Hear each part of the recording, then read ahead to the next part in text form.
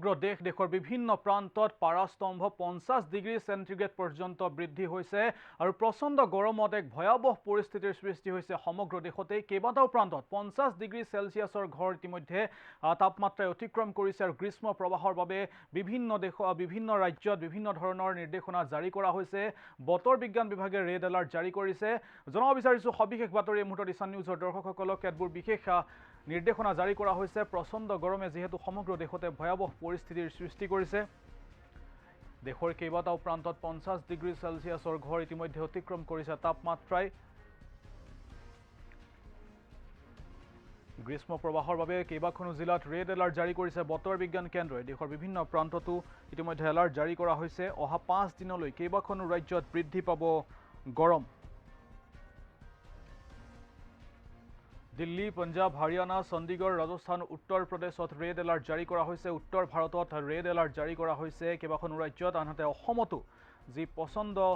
গ্ৰীষ্ম প্ৰবাহত ইতিমধ্যে সাধাৰণ জনজীৱন প্ৰায় ব্যাহত হৈ পৰিছে উৎকট গৰমৰ পৰা পৰিত্ৰাণ পাবলৈ কেইবাটাও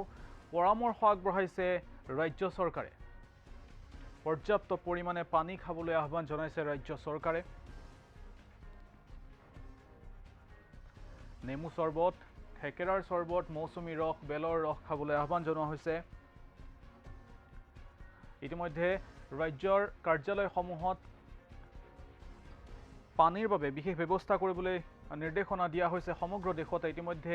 শিক্ষানুষ্ঠানসমূহ উত্তৰ ভাৰতৰ বিভিন্ন ৰাজ্যত শিক্ষানুষ্ঠানসমূহ বন্ধ ঘোষণা কৰা হৈছে অসমৰো কেইবাখনো জিলাত শিক্ষানুষ্ঠানৰ সময়সূচীৰ হাল সলনি কৰা হৈছে যিহেতু উৎকট গৰমৰ পৰা ৰক্ষা পাবলৈ বিভিন্ন ব্যৱস্থা গ্ৰহণ কৰা হৈছে কিন্তু মে মাহত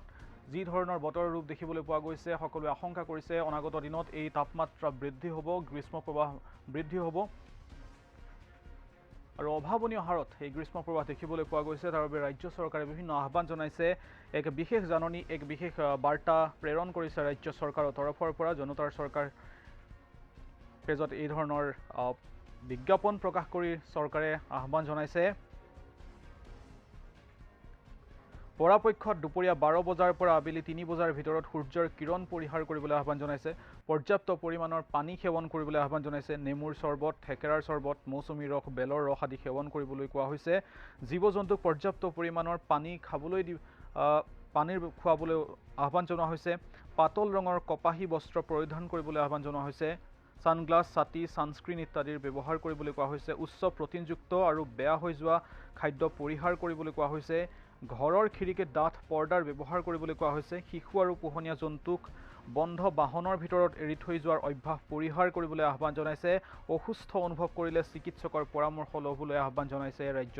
চৰকাৰ তথা প্ৰশাসনে এনে ধৰণৰ আহ্বান জনাইছে ৰাজ্যক যে যি উৎকট গৰম হৈছে গৰমৰ বাবে বিশেষ ব্যৱস্থা গ্ৰহণ কৰিব লাগিব আৰু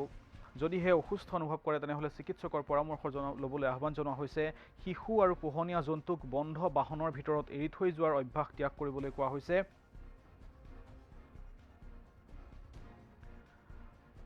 উচ্চ প্ৰটিনযুক্ত আৰু বেয়া হৈ যোৱা খাদ্য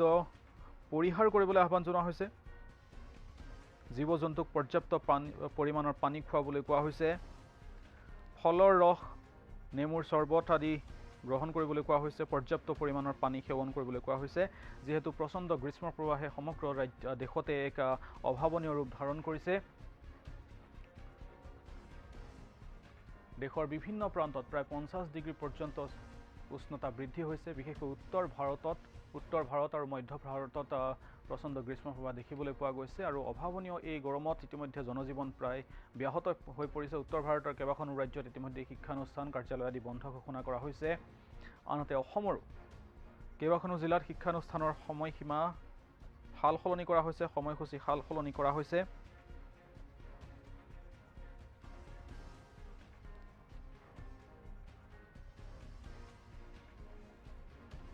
আৰু এই গৰমৰ পৰা বাচিবলৈ ৰাজ্য চৰকাৰে প্ৰশাসনে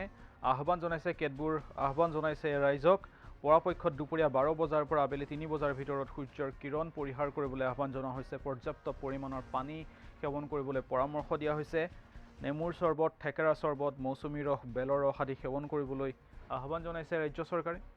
জীৱ-জন্তুক যি পোহনীয়া জীৱ-জন্তু আছে পৰ্যাপ্ত পৰিমাণৰ পানী খুৱাবলৈ আহ্বান জনোৱা হৈছে পাতল ৰঙৰ কপাহী বস্ত্ৰ পৰিধানৰ পৰামৰ্শ দিয়া হৈছে সানগ্লাস, ছাতি, ছানস্ক্ৰিন ইত্যাদি ব্যৱহাৰ কৰাৰ বাবে পৰামৰ্শ দিয়া হৈছে। উচ্চ প্ৰটিনযুক্ত আৰু বেয়া হৈ যোৱা খাদ্য পৰিহাৰ কৰিবলৈ পৰামৰ্শ দিছে। আনহাতে ঘৰৰ খিৰিকীত ডাঠ পৰ্দা ব্যৱহাৰ কৰিবলৈ পৰামৰ্শ দিয়া হৈছে।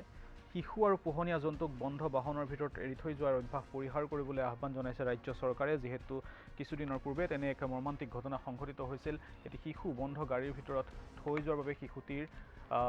মৃত্যু হোৱাৰ খবৰ লাভ কৰা গৈছিল আৰু অসুস্থ অনুভৱ কৰিলে চিকিৎসকৰ পৰামৰ্শ গ্ৰহণ কৰিবলৈ আহ্বান জনাইছে প্ৰশাসনে।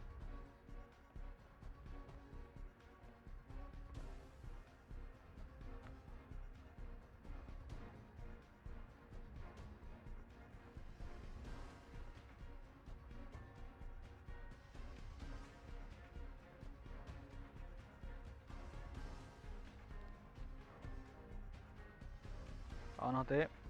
ৰাজধানী দিল্লীত 4 দিনৰ বাবে ৰেড এলাৰ্ট জাৰি কৰা হৈছে।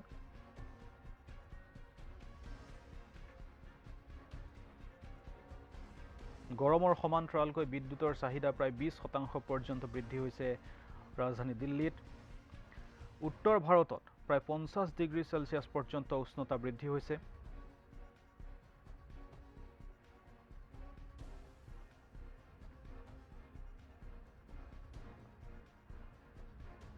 ভাৰতৰ বতৰ বিজ্ঞান কেন্দ্ৰই ৰেড এলাৰ্ট জাৰি কৰিছে উত্তৰ ভাৰতত, বিশেষকৈ ৰাজস্থান, পঞ্জাৱ, হাৰিয়ানা, দিল্লী, উত্তৰ প্ৰদেশ আদি ৰাজ্যত ৰেড এলাৰ্ট জাৰি কৰা হৈছে।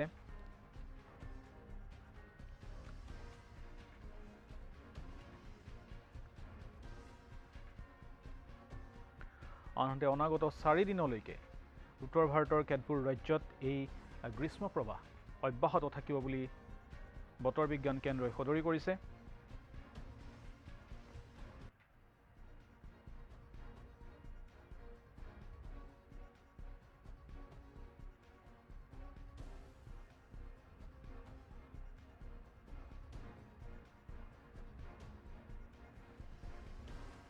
আনহাতে বতৰ বিজ্ঞান কেন্দ্ৰই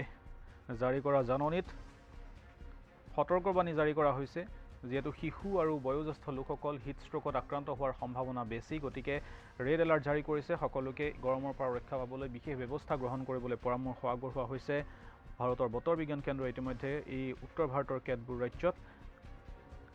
ৰেড এলাৰ্ট জাৰি কৰিছে।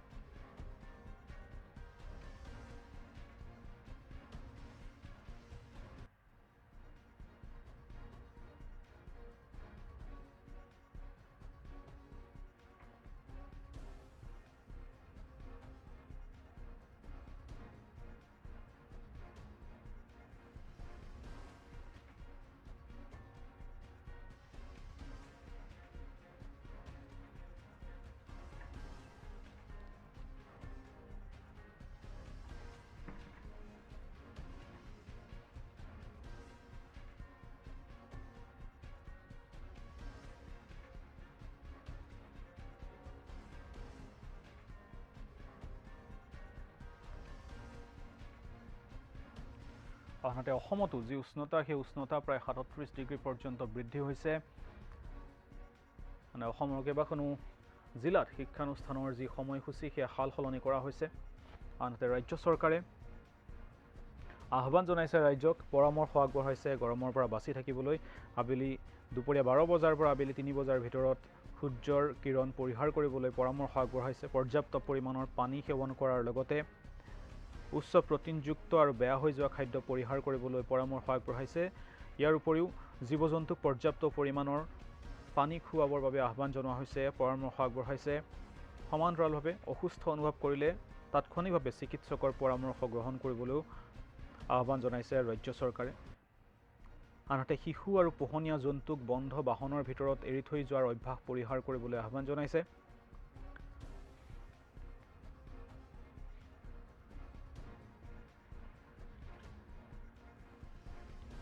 আৰু বতৰ বিজ্ঞান কেন্দ্ৰৰ তথ্য অনুসৰি অনাগত কেইবাদিনলৈকে এই গ্ৰীষ্ম প্ৰৱাহ দেশত অব্যাহত থাকিব।